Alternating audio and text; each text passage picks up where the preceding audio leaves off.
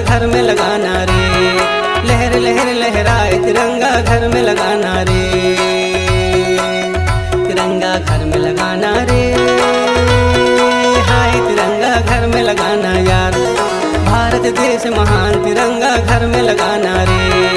लहर लहर लहराए तिरंगा घर में लगाना रे।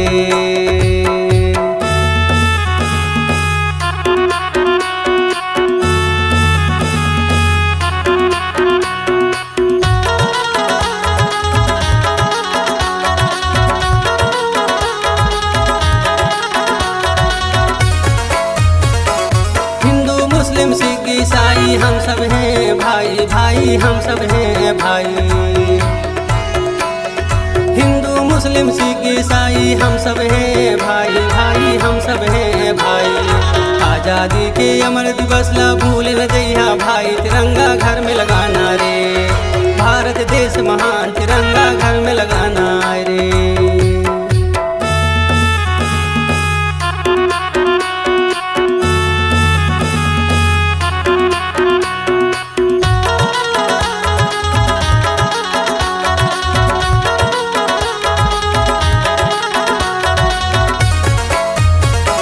संघर्षों से मिली आज़ादी हो गए हैं कुर्बान, भैया हो गए हैं कुर्बान।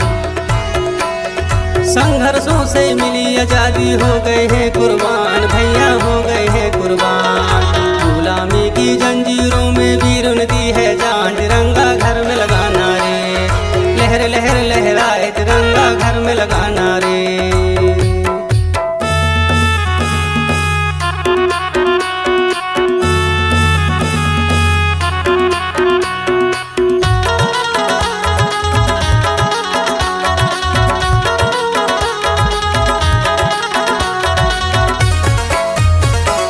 भारत के भैया माँ जन्मे राम कृष्ण बलराम, भैया राम कृष्ण बलराम। भारत के भैया माँ जन्मे राम कृष्ण बलराम, भैया राम कृष्ण बलराम।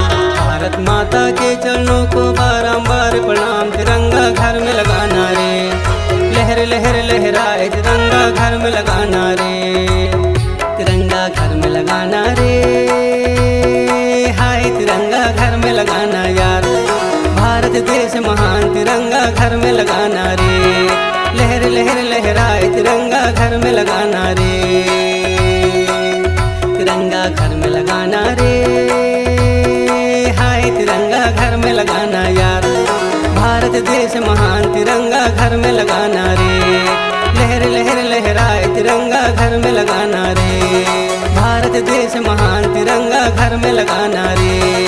लहर लहर लहराए तिरंगा घर में लगाना रे। भारत देश महान तिरंगा घर में लगाना रे।